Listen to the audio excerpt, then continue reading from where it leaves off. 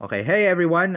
We're welcome to another AI conversation. I'm joined today with my highly respected colleague, Mr. Mon Ibrahim. Welcome, Mon, to the podcast.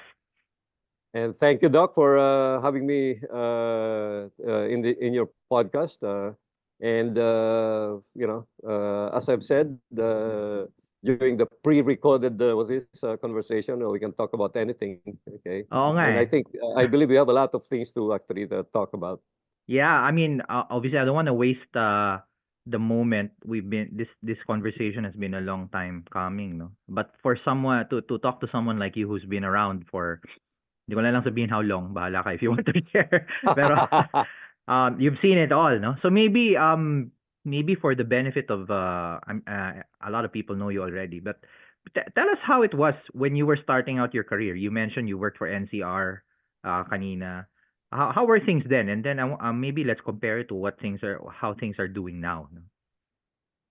Totally different. Totally different. Okay. I started my IT career as a programmer trainee. Working on assembler programs. For NCR, we call it. We have a brand for it. NIT 3.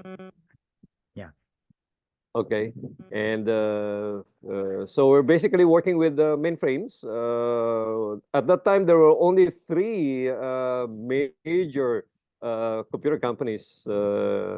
We have, of course, IBM, the largest, and we have NCR, and we have Burroughs, which today Burrows. is Unisys. Okay. Mm-hmm. When they actually was merged with Univac, they became Unisys. So at that time, there were only the three of us, and we all started in UN Avenue at the time, what is now United Nations Avenue. So Mm-hmm. magkakasunod yun doon.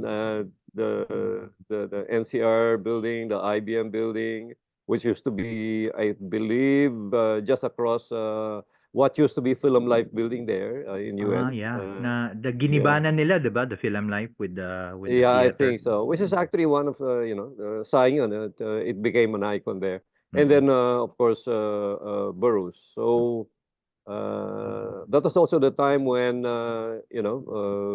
punch cards was slowly becoming to be a fad. It's much easier now to actually record your programs and have them scheduled for compilation. Mm-mm. You submit the whole box of punch cards, okay, Mm-mm. and you just have to be careful while waiting for your turn to have your program compiled. You just have to be careful that you don't get you don't slide in the in the floor, because if that happens, okay, and all the punch cards actually are mixed up, you're Wala back to na. square one, my friend. Wala na. You're back to Oo. square one. Mm-mm. So that was how we started, and everything then was actually electromechanical. After some time, after punch cards came the paper tapes, and then the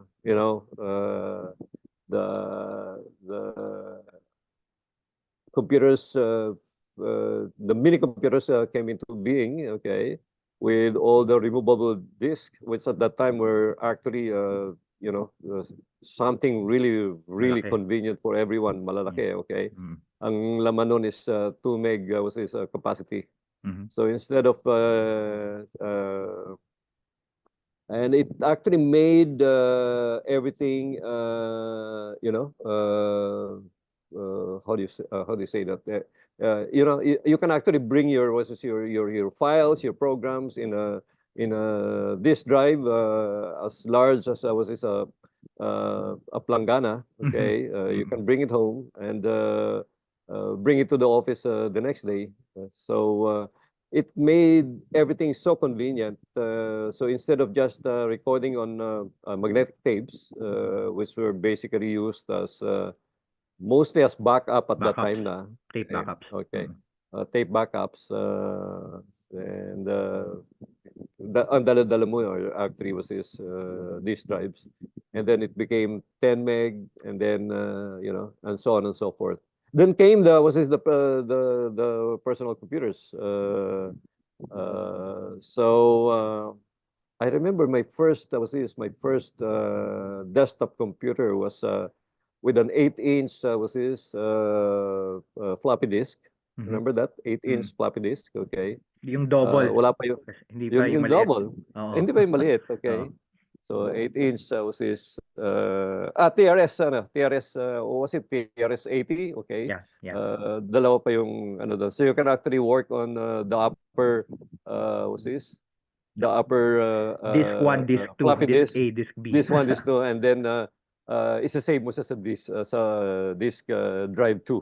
Mm. Okay, that was actually uses. That was fun then. That was fun then. And at that time, kukunti lang ng mga IT guys. So they were basically housed in one huge room with everyone wondering what they were actually doing inside those rooms. Okay, and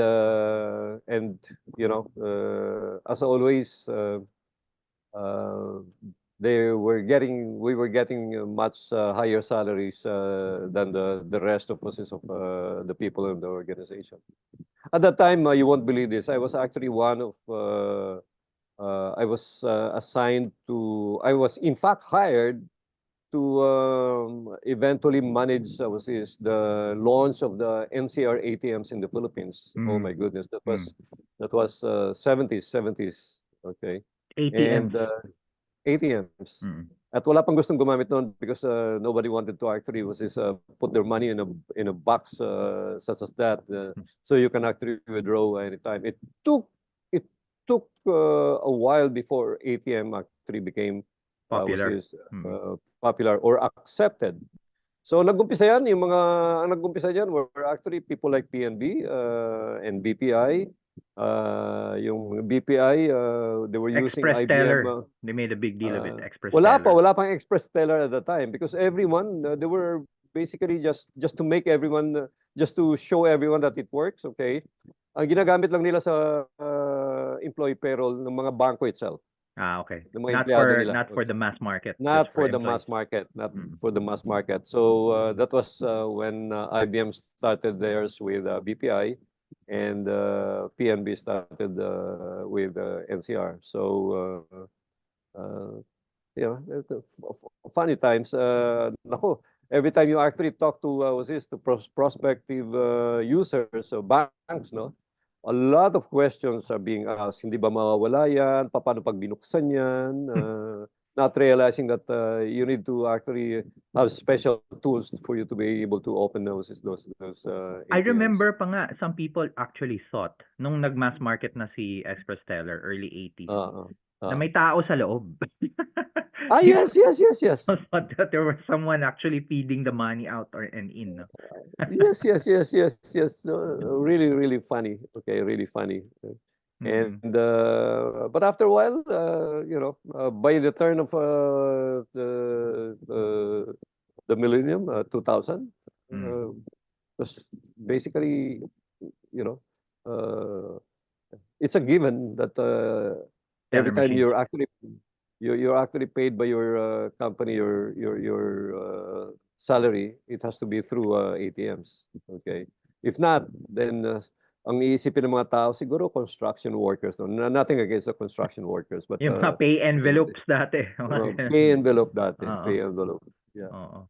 So grabe. And then one interesting thing is from NCR I moved to Fujitsu because they wanted to actually launch their international version of their ATMs. Okay, and ATMs in Japan, they were the very very first actually to use ATMs that are able to read currency. So you can actually do deposits. Okay. Using their ATMs. It took a while for the American brands to be able to do that. Okay. But the Japanese, they were able to do it. So those were the times. Mga bill counting machines, no? Kayang-kaya nila dati. Bill counting machines, yes. Oo. Ngayon it's Ngayon you have that. Yeah, we have deposit machines pero parang ngayon pa lang lumabas, no, in the mainstream.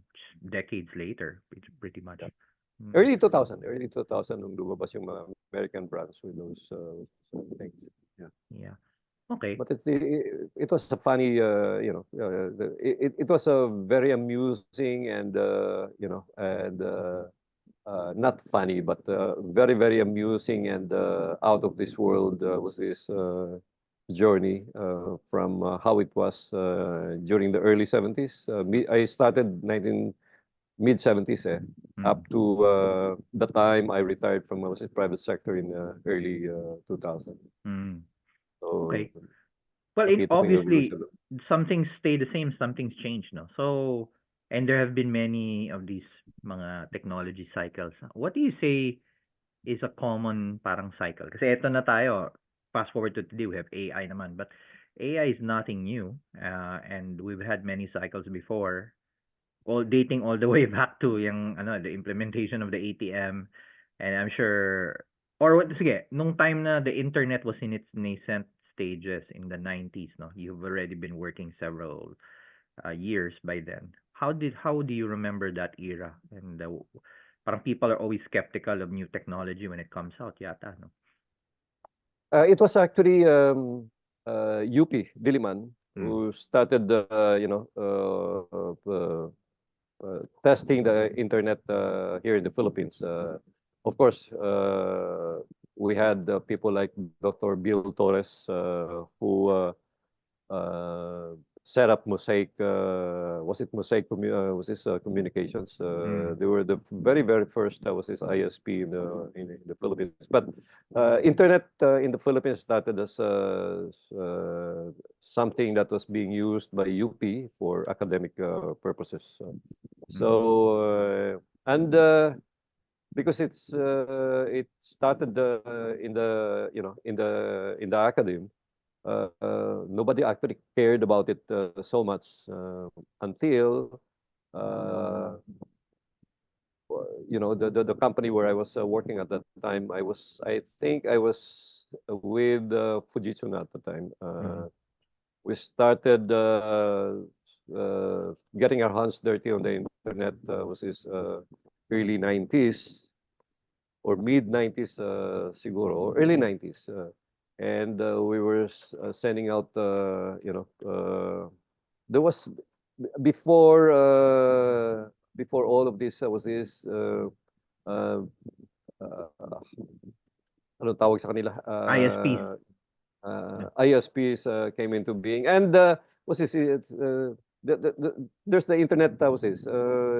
Things like before Google, there was something else. Yahoo, ano yun, Alta Vista, Lycos. Hindi, baka no, it's no, the first one. Nga ba yun? Mga browsers, Netscape. yung mga browser. Netscape. Okay, one of Mm. the very first. Okay, and we started getting our hands dirty by sending out files to some of our American clients and Japanese clients. So oh my goodness. And one thing we realized with that is we can actually start communicating with our colleagues, outside of the Philippines easily, without going through what was then the most popular way of doing that, telex. Remember telex? Yeah. And fax, may telex back in the day. Yeah. So ganun yun. But if we look at we've seen the evolution of technology, all this all the things, all the tech things that we just take for granted today because they're all ubiquitous already. But at the time when we were just starting to use them, grabe. People were saying it looks like it's going to be the end of the world now, blah blah blah. But one thing that's actually I think was common to every phase, every step of the way is culture change.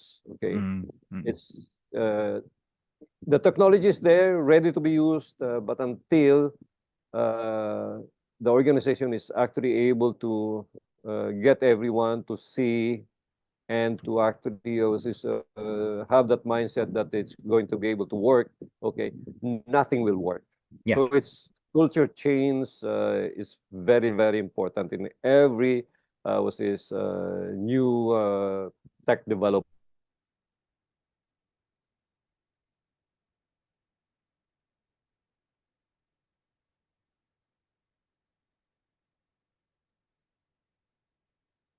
Workers and everything, okay? It's Mhm. actually the impact of AI on jobs and things like that. But I remember when, the computers, personal computers, for that matter, were becoming to be ubiquitous, Yeah. okay? And people were saying, oh my goodness, so what will become of us? Okay, mawala na tayo trabaho. It's basically the same thing. Yeah, And everyone after a says that while, forever. Pati nung internet, pati nung PC, and then now it's yes, the yes, AI yes, na naman eh. yes, yes. Of course, there were a lot of jobs that were displaced, For sure. that disappeared. Mhm. Okay, every step of the way. When the big mainframes actually came into being, there were a lot of jobs, especially those who were used to doing it, their financial reports, their accounting reports manually. Mm. Nagbago lahat yun. So people just had to actually, uh, uh, upskill themselves and they need to actually have the skills needed for them to actually be able to use the technology that's actually available. So Yeah. that's the same with AI. That's the same with AI. A lot of people will actually be displaced. We can't actually live with uh, we've seen how, or wala pa naman tayo siguro dun. We've seen how, the drivers of horse-driven carriages, just disappeared, okay, because we had cars, okay. But anong pumalit sa kanila? The drivers of these cars, Yeah, and that's going tsaka to ano eh, be, I remember back then, I love sharing yung story nung ano eh, the horse transition to cars. That's first to second industrial revolution. yeah. It didn't matter how good you were with the horse. Ah, yeah, yes, yes, Nung yes, naging yes. kotse, you're useless. So I think the upskilling component has always been a big issue ever since, di ba? Yeah, yeah. Isa sa mga unang nawalan ng trabaho doon were actually those special kind of street cleaners who were Mm. actually, every day they were actually, trying to clean the streets of horse manure. Yep, horse manure. And then I don't know if you knew this, no, I found this interesting tidbit. 'Di ba we talk about dashboards. Dashboard, 'di ba? Yung Yeah, sa yeah. mga business intelligence. And then obviously the that's a derivative of the dashboard in the car, 'di ba? Where you have the gauges and It is. the Yes, yes, Pero yes, alam mo yes. ba yung original dashboard? It was the parang it's a barrier in a carriage to prevent Uh-huh. the manure and the mud from kasi 'di ba tumatakbo yung kabayo. Ay, ay, ay, para It would be kicking up the mud. So it would may mad. prevent you from getting hit by the mud. Yun yung dashboard. So sabi Ni, ko, ni, okay, that became the dashboard in the car and then now we talk about dashboards of Power BI, okay. Excel, mga ganyan. Yung pala yun. Hindi man lang nila tinawag na na windshield, ano. Oo. It's actually horse manure It's a horse manure protector. shell protector. Okay. Well, Well, yes, yes. Interesting, interesting. And we're beginning to actually what's this? We're beginning to see how artificial intelligence is slowly uh, changing work as we know it today, okay? And we're just beginning. Hindi pa natin alam, how it's actually going to look like 5 years from now, 10 years from now. And that's what make everything exciting these days. But sabi ko nga parati, whether we like it or not, AI is here to stay. And sabi nga nung isang favorite kong congressman is the the toothpaste is out of the tube. There's just no way we can actually bring it back you can't bring it back anymore, no? Tama. back anymore. Okay, so we just have to live and find way of utilizing the technology to our advantage as human beings. Yeah. Of Okay. course, we understand all these worries and all these apprehensions. That's natural, and I've seen that before. So We're repeating not motif young nga eh. anymore. Sometimes, parang you live long enough and you see the same patterns again and again and it makes you more parang sober. Ito na naman Yeah, tayo. We have another cycle. yeah, yeah. I want to ask you about because obviously you've had a very distinguished career in the private sector, but you've also had a career in the public sector or government. Um, any insights on how government has dealt with technology in the past, no, in general, no? Because it's something that might be interesting to learn from. Ngayon na we have AI, and I think right now, from what I understand, government's also trying to understand what the implications of AI is and how we can deal with it. Anything we can learn from the past mga technology, parang like during the internet era or when the Privacy Act came out, 'di ba? Ang dami ng mga previous mga brushes with technology in the government. Well, if I go back to, uh, I don't have to go back to what's this to just the year when I started working for the government, because even before, kasi I was a programmer for just for several years. I moved up to business development after that. Meaning to say, at the end of the day, it's actually a sales job that I focused on, and government was actually one of my biggest market then. No? And based on what I have actually seen, uh, government is always going to be the last sector that's going to make use of new technologies. Mm-hmm. Not because they don't want to, but probably because they're very very careful not to get into something that will actually make them lose their jobs. Okay, Yeah. but it's also the fact that the government processes, the procurement process, were not actually ready for new technologies. Okay. Yeah. And that was actually one of the reasons why eventually after retiring from the private sector, I told myself when I got that invitation to work for the government, okay, then probably all those things that I've actually been, sort of complaining about, maybe I would actually be able to do something about it. And Mm. secondly, uh, I I told myself I cannot actually allow non-techies to take care of the sector that I've actually that I love so much. Meaning to say, okay, allow anyone who do, who doesn't even understand what the IT industry is all about to actually take care of growing the industry. Yeah. So those were the two things. Of course, the third thing was that I was a government scholar when I was studying. So it was basically my way of paying back what the government provided me in terms of opportunity to finish my college.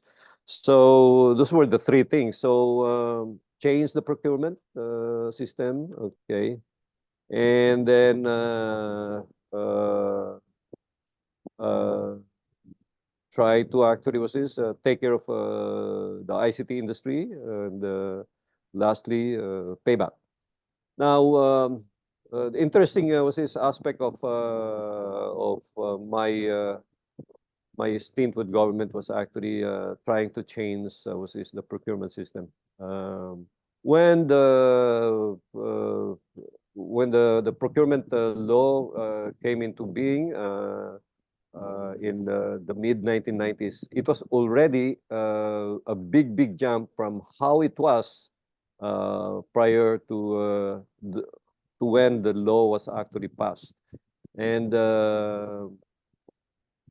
if I compare my life then trying to sell to the government and my life when I was actually on the other side of the fence buying things from the the vendors, okay, it was totally different now. Okay. But I knew then that at some point, the procurement system of the government will have to do a lot of catching up as far as was his new technologies are concerned. Okay. Mm-hmm. Uh, I remember when I first was his during my first month in government, Doc. So while waiting for my, new laptop, Mm. officially government issued laptop. Okay, I had to bring my own laptop, and because I didn't want to actually, mix my personal uh, Information. USBs, Mm. personal USBs with that of my government USBs. So I requested for what's this for I made a request to procure USBs for my office. Mm-hmm. Okay. Mm-hmm. And then waited for some time, and then only to be told that saan mo gagamitin yan? Because sa Mm. laptop ko, ay hindi po pwede. Hindi pwedeng gamitin. It's something that is actually paid for by the government sa personal laptop mo. Mm. That was really, really, really funny. So sabi ko, so paano to? Sabi ko, wala pa akong laptop eh. So you Wala can't pa akong work, or basta that's the rules. Sabihin nila, that's the rules. So I was forced to actually buy those things myself. So ganun yun. And it's long overdue. The amendments to the procurement law of the Philippines.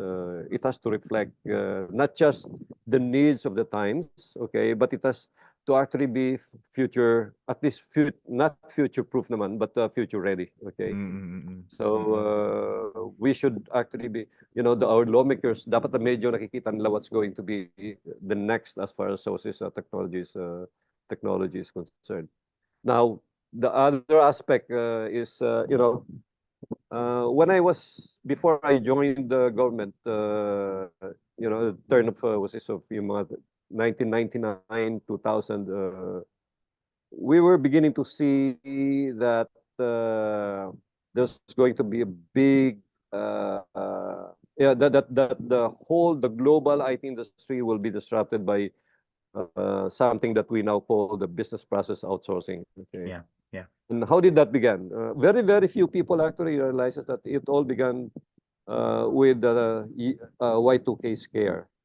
Ah, okay. That's Remember an that? interesting story. Sige nga. So Okay. approaching the year And 2000, lumalabas, no? yes, yes, yes. And all these consulting firms were beginning to, we're telling everyone, you need to prepare, okay? Because you need to actually start working on being Y2K prepared. If not, everything will stop, and your Mm. business is going to actually be impacted, drastically impacted by the Y2K situation. Yep. So Yep. sinong kumita doon? All these consulting firms, I don't even have to mention, but there's, a lot of them are still there, okay? Mm. Yeah. And these are the global brands, okay? But but that was also the start of, you know, all these Indian companies becoming global. Indian. Okay. Indian Indian company. companies, okay? Because people were actually fighting it out, competing for the attention of the big global brands to help them actually uh, transition to being Y2K ready. Okay, so their services have become very, very prohibitive, Mm. and the Indians saw that, and they were all over the world. Okay, telling everyone, I can actually help get you prepared for Or Y2K Y2K. for Y2K, okay, at half the price of what this big guy is asking from Charging. you, or even charging, or even third price. So that was actually the start of the Indian companies becoming leading BPO. global companies. Mm-mm. Okay, Mm-mm. and they were so smart. And they were telling everyone, this is not a one-time thing to actually prepare yourself for Y2K. We need to actually stay for some more time to see if we miss something out, because it's going to be really, if not, the impact is going to be very, very bad for your business. So wait, So can I all ask a this, question? So, uh, kasi I remember Y2K, I was still studying back in the day, no? About to enter the workforce in the 90s. Talagang it was a bona fide scare. Actually, it was as early as the 80s, people were warning people about it na. So yeah, ngayon, parang no one remembers, ano ba talaga nangyari? Was it really a disaster or, was there wala, a reset? wala, nothing. Okay, everyone was actually talking about the Great Reset. The Great Nothing happened. Reset. Nothing happened. Okay, kung may nangyari man doon is actually just okay, sige. Oh, yan, may lumabas na problema. Oh, sige. Pakiayos na lang yung program line na yan. So Oh my ayusin lang yan. God. Parang parang after that, tumahimik lahat eh. Sabi ko, ano nangyari? Tumahimik lahat. Oh, and I remember before, okay, because I was working with the big brands, okay, for Mm, local clients, kasi hindi na namin kaya by ourselves yeah. to provide the time and the expertise. So we were working with the big brands, and I don't have to tell you kung sino yung mga naniwala sa amin, but there were a lot, okay. Oh, And that yeah. was actually the heyday of consulting. That was also the start of a global consulting practice. And Mm, more importantly, that was the start of the Indian service IT firms. service firms. Okay, they stayed there, especially with the European and the North American clients. They stayed there, and after nung medyo nawala na yung Y2K scare, they began telling all their clients, you know what, we can do this for you, this process at a much cheaper price. So at the end of the day, it's all about being able to compete globally. Mm, So anything that would actually make operating cost lower, okay. And that was it. Ganun lang nag-umpisa. And especially the front end part of the business, uh, the Indians started bringing them all to India. And then nung eventually nagrereklamo yung mga kliyente nila that it's so difficult to actually work with the front end Indians sa mga call centers. That was when they started looking for other was this other countries where it's going to be cheaper, and they're able to speak English that's more attuned to the Americans and to anywhere else in the world. And that was mm. how they actually discovered the Philippines. Okay. Who discovered the Philippines? The Indians or the Americans or The Indians, okay. okay. Ang ginawa ng mga Indian companies, nag-start sila dito with 50 seats, 100 seats, okay. Yeah. And you know, then of course, they were doing customer satisfaction surveys, and they found out that the Filipino agents are more productive. They're easily understood. They're attuned to the Western the likes of the Americans. Okay, just to give you an example, pag NBA championship or yung football Super Bowl. Okay, no Indian would actually understand what those things are. But Filipinos are so attuned to basketball and even American football. Yeah, Okay. yeah, yeah. So our English is very, very neutral, which the Americans liked. Okay. Although we were at the start, we were struggling with the southern roll of the Americans, but eventually we were able to cope up, including the English of the Kiwis of New Zealand and the Australians. Yeah, different That was accent, no? Yeah, tama, different tama. accent. So that was how it all started. So Yeah. nakita natin ngayon was actually the migration of the Indian companies to the Philippines. Okay. Yep. But there was also another reason to that, Doc. Uh, their clients in North America and Europe were beginning to ask for more sophisticated services. Okay. Mm, mm. For them to be able to do more complicated things for them. Okay. So and the Indian companies found out that because Filipinos were so good in terms of being of transacting with the clients, okay, they can actually now move everything to the Philippines and free up their Indian workers to upskill them to be able to do more sophisticated doses, Work. services. Moving them up to the value, moving them up Value chain. to the value chain. Mm. And so napunta sa atin lahat ng mga front end. Okay. And at the end of the day, what happened was that the Indians they kept all the more sophisticated doses services there. And so nangyari sa atin, it's we were getting all those low end doses services in the Philippines. And up to now, that's still a struggle for the local IT BPO industry in the Philippines. Okay, telling everyone that, hey, we're also now able to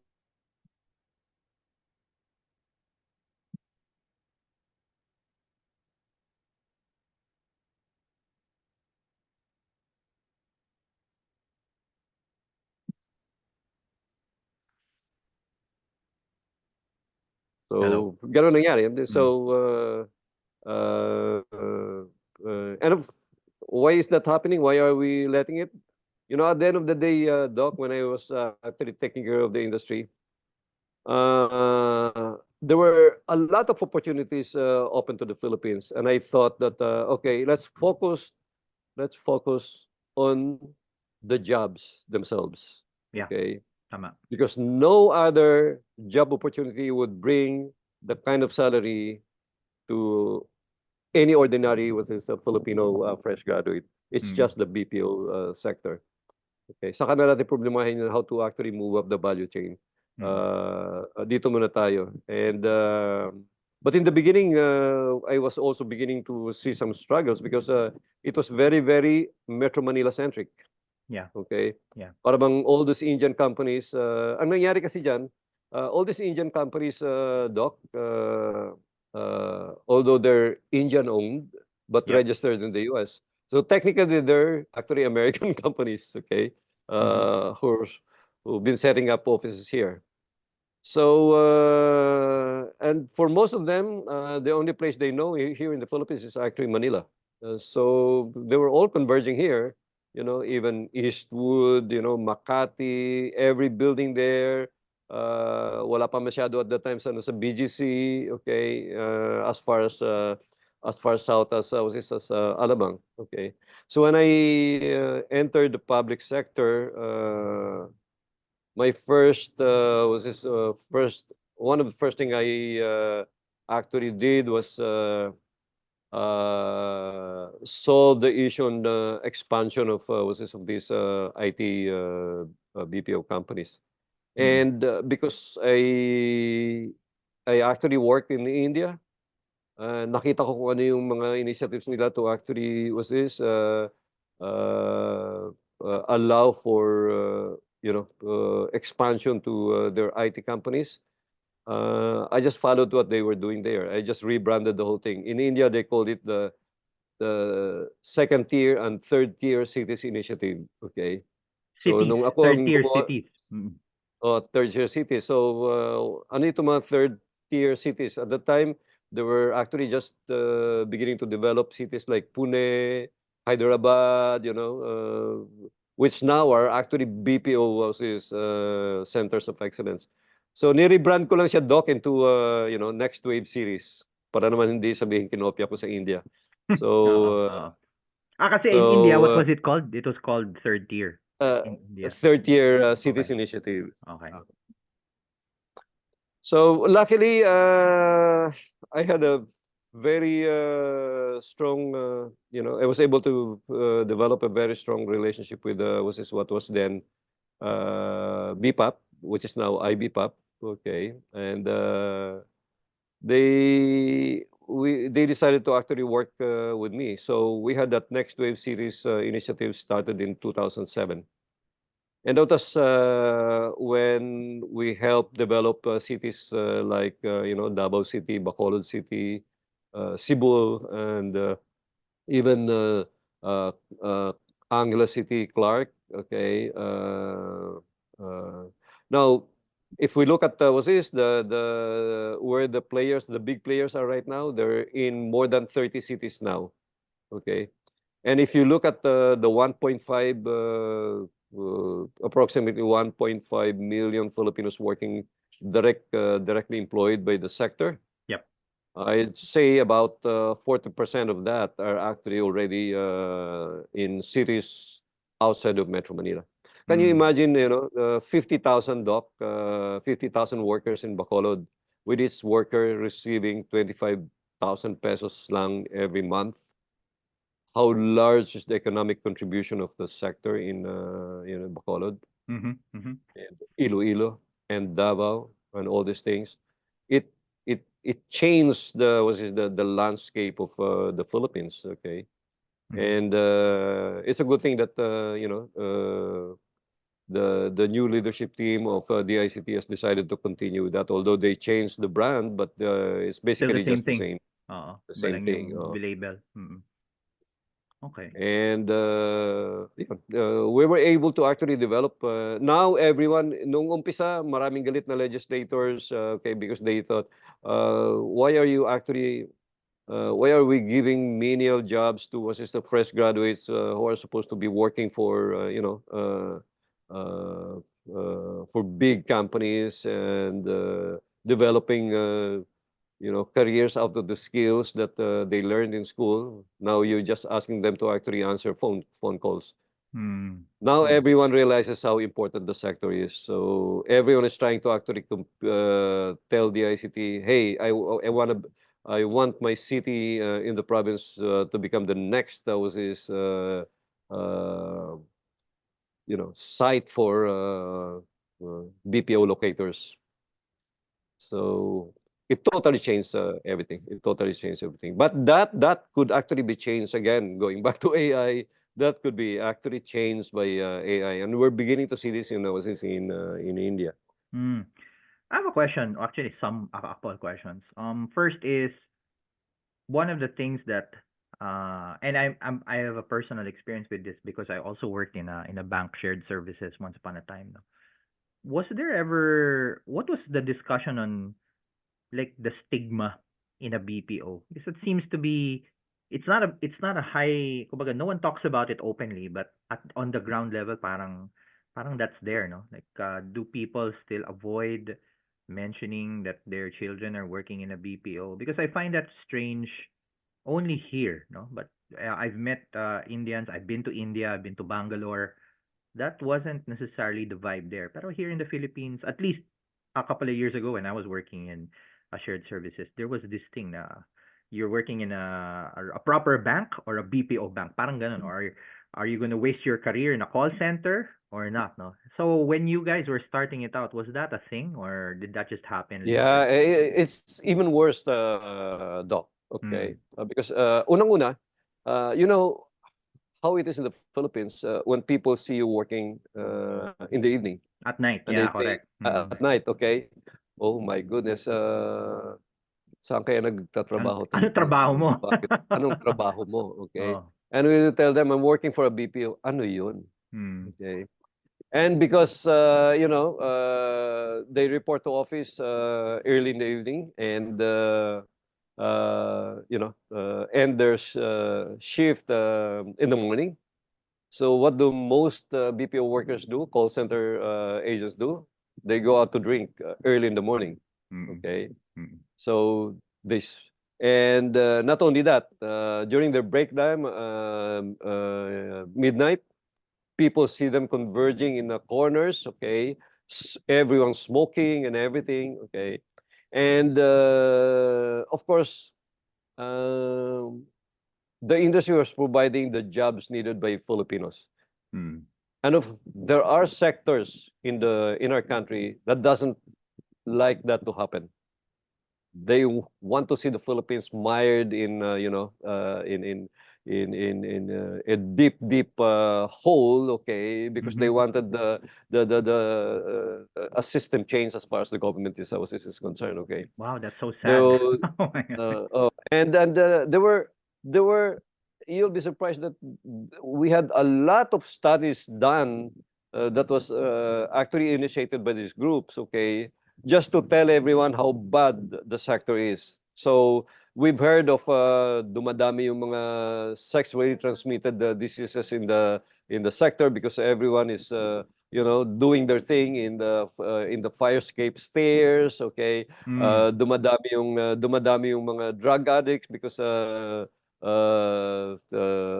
this because they work at night and they have to be awake the whole the evening, and the only way they can actually do that is by drinking several cups of coffee or probably getting into something else like drugs, okay. So napakaraming negative connotation ng nagtatrabaho niyan. So wait, how much of that is propaganda? Kasi I heard those things back in the day, pero I never really saw it. Maybe I'm on the wrong side. No. Probably there's some level of truth to it, but not some of really it. to the extent that it's actually going to put in a very negative stigma on on the BPO workers. Okay. But then they all realized that nung nakita na nila that cities like Iloilo is getting at least 300 million pesos fresh money into their local economy flowing every month, okay? From the And BPO. then people were beginning to see, and even schools, they started accepting the fact that maybe because they want all their graduates to be employed right after graduation, okay? Maybe preparing them for BPO jobs is not a bad thing at all. So they started actually collaborating with the large BPO companies. And that you see that scenario all over the country, and I'm so glad that I'm actually I've been able to see that the how everything morphed into what it is today. It's an interesting journey, no? And I think a lot of it is cultural, right? Parang the way, like I remember I experienced that same thing on two fronts. One was for me, kasi I moved from a local banking kind of job to a BPO banking job. Pero whenever I went abroad, there was no distinction. When I met Australians, you're a banker, doc, based in Manila, full stop. There's no such thing as a BPO bank. And then my youngest brother, who was a nursing graduate, never got to practice nursing for years because nga they had controversy in his batch on that parang nursing leakage, something that parang tainted the reputation of the nursing graduates for that year. And then he just applied. I think it was Convergys back in the day. No? Applied in Convergys, got in, and I remember my own parents yata or maybe relatives who saying, sayang naman ng nursing mo, and you're gonna be a telephone operator. And then you know what happened? He shined in that job. No, he became a team leader in a couple of years, and then became a trainer. And now he's an operations manager, and then he moved to another BPO, is doing well. Now he bought a house, has a kid, made a career, married his wife who also worked in another shared services. Sabi ko, talagang it's a perspective issue, you know? Yeah. Very, very few jobs would actually give you the opportunity to, earn at least 25,000 a month. Yeah. Okay. After only 3 years on the job. Yeah. Very, very few jobs are able to actually give you. And can you imagine if you stay there for, I've had my daughter used to work for a huge American financial firm, and stayed on there for for 5 years, and became one of the best. Locally, she was able to develop herself into one of the local leaders of the firm. And grabe, it actually, and very, very few people realizes that what used to be 80% of what they do in our BPO sector is just about 20% anymore. I'm talking here of people taking on calls for technical support and Yeah. things like that. Yeah. The things that they're actually able to do today are much, much more complicated than just that. One bank, can you imagine? They closed all their loan was it loan processing was this systems offices doing loan processing globally Mhm. globally and just consolidated everything here in what's this in Manila and uh, very few people. The biggest was this law firm. Most of they have more than more than 3,000 lawyers here. You know, preparing all the pleadings and get all the pleadings ready for what's this court appearances the next day. Yeah. Yeah. Kasi gabi dito eh, and by the And time they're done, that's a submitted to complex their. job, ah. That's not a simple job to do. Hindi siya kasi it requires No, it is not. research. It is not. Oo. Okay, it is not. Mm. Yeah. Researchers, and it is funny. And the question now, Doc, is with AI.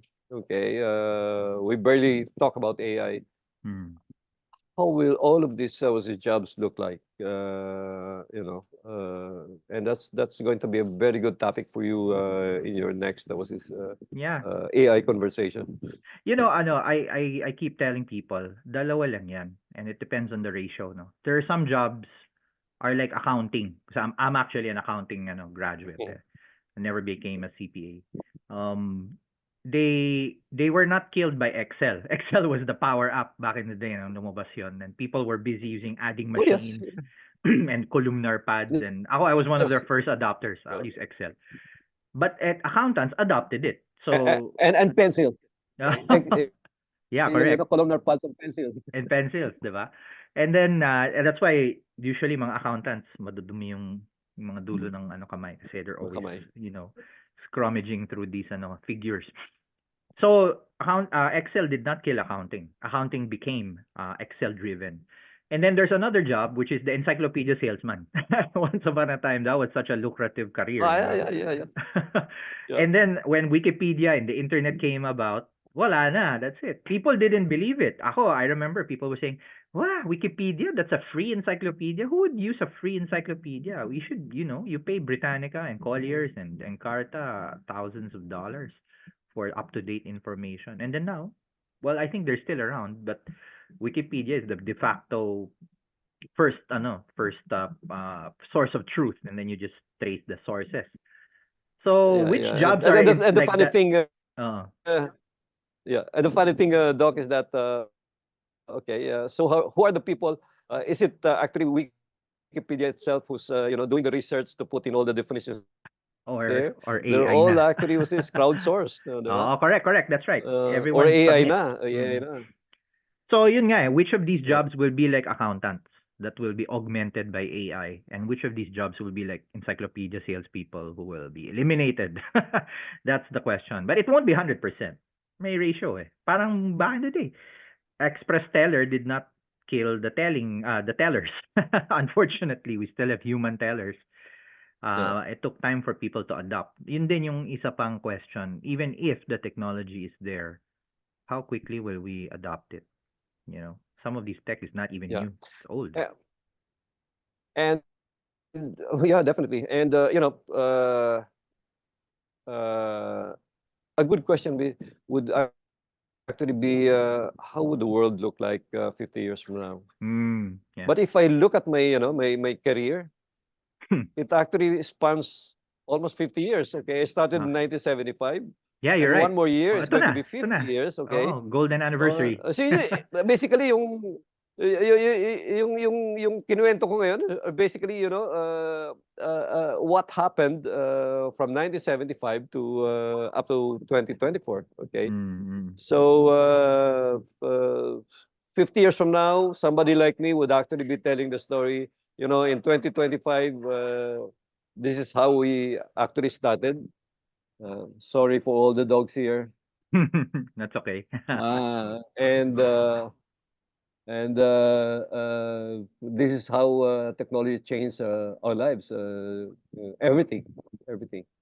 Yeah. Uh, Okay. 1975, ATMs were just beginning, and now everything. Everyone Online banking who na. cares about ATM, Yeah, I think the online maybe the banking. proper Yeah. maybe ano, and I realize we're at the hour, but we should certainly do a second episode. Learning from all of these trends. Sabi mo nga, 5 decades of ano of technology. What's a good advice to people in kasi AI will not be the last new tech. There'll be another new tech, my quantum computing and all Oh, these other things. definitely, So definitely. what's a good attitude? Yeah. You've seemed to have weathered all of these storms. How would you do it? How did you do it? Para we can also help advise people on how they should navigate these things. You should always be in the learning mode. Yeah. Like in my case, everything I know today, I did not actually learn from school. I did not even, I'm not even able to use all the things I've learned when I was just a trainee. Okay, everything changed, and you need to actually be able to keep up with that, with change. Okay, and the only way for you to be able to do that is lifelong learning or continuous learning, whatever. Okay, it's actually the was this the mindset of was this having a learning attitude. So that makes you what's this come on, okay. Resilient.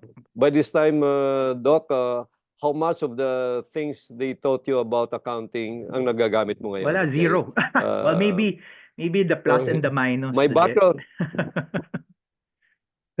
and in my case, I'm actually my undergrad is chemistry. Okay.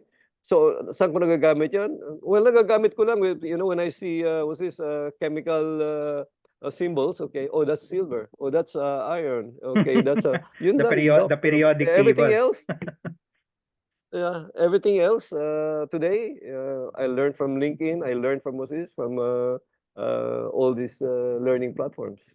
Yeah, and yet, no, so hihirit lang ako, and yet we're so protective of our academic credentials. That's a different topic altogether, but we're I so don't, protective of that now. yeah, but I don't believe I've written it. I've written about it several times. Okay, Yeah. Mm-mm. because we're also seeing it now. Okay, companies are beginning to actually remove must be college graduate in their want That's ads. so true, and that's good. Okay, It's very they're encouraging. now looking, and they're now looking for specific skill set Mm-mm. that the new recruit will have to be able to readily use there. Okay, Yeah. when he's on board na. Okay, because they don't have the time anymore to actually was this do the very extensive onboarding training, 6 months. Okay, that's additional expense to them. Okay, Mm-mm. today it's all about being able to compete globally, being able to compete everywhere, and do away with all this 6 months training. Ako kasi I'm a product of an 18 months was this boot camp thing where you fail one subject, you're out, doc. So we started with 32 head with 32 people in my batch. We ended up with only 5. So What? Talaga? Ang lupit.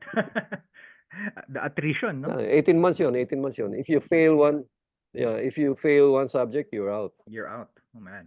And that has been the system used by what used to be the three companies, original companies, NCR, IBM, and Boros there. Hmm. Maybe that's also contributing Interesting. to a culture of parang fear of failure, if you will agree, no? Parang people don't want to fail. But that's, I think, essential. If you want to thrive in technology, you have to be ready to fail. In fact, failure is probably part of the process. Testing it, making, diba? And in fact, if you go through a startup, lecture today, it's all about failing fast. Correct. Okay, it's all about failing fast. Okay, if this model doesn't work, Palit pivot or agad. change it, drop Oo. everything, start another thing. Okay. Yeah. Okay. We Well, barely scratched the surface, But I want to thank you, Mon, for that's spending your time with us. Can't wait to have another chat with you. Yeah, can we can Thank you we to Doc for the yeah, opportunity. can we talk about one more thing lang, like sundot lang. Your column. Can you tell us about Mhm. your column in Manila Bulletin, and maybe share, invite people to read it, and give us a sneak peek of your next topic. Okay. Last week, my column is titled "Tech for Good." Mm-hmm. It's basically the use of technology for good. Okay. So most of the things I write about is the application of tech in the real world, how Mm-hmm. it can actually improve the lives of everyone. But from time to time, I write about other things like uh, 2 weeks ago, I wrote about my topic was all about celebrating the shared values of Ramadan and Lent. Yeah. Okay, non-tech, Mm-hmm. and I got very very good reviews from the readers. And last week it's all about the state of animal welfare in the Philippines. Okay, Mm-hmm. the title is actually "Silent Suffering of all these stray dogs and stray cats out there." Yeah. This week, and I'm just about to start working on my next article for Tuesday. So Tech for Good comes out every Tuesday as an opinion column under Manila Bulletin. Okay, and I'm thinking of a topic that's focused on you know fighting ensuring what's this uh, uh, cybersecurity Yeah. for your organization, okay, and how important resilience is more than just investing on all of these firewalls and everything. Yeah. So that's probably my next topic. So I'd like everyone to actually uh, follow my Tech for Good column in Manila Bulletin every Tuesday. And all these articles I actually compile them. I have a website, atin.ph. Mm-hmm. Okay, you can see all Your articles there. previous columns there. My stint with as a journalist, okay, started in 2021, I believe, or 2022, late 2021, when I was invited by Manila Bulletin to start writing about technology as an opinion editorial column, because they didn't have anyone who they believe can really write about the whole thing. Yeah. So at that time I was already retired, so I made myself available, and now I'm enjoying it. And this is also one area where I'm actually able to use AI to help me actually produce all these articles. Okay, Mm. at least the doing research with preparing for your column is much easier with Gen AI. Okay, with the help of Gen AI, the outline can be easily done. With the help of Gen AI, and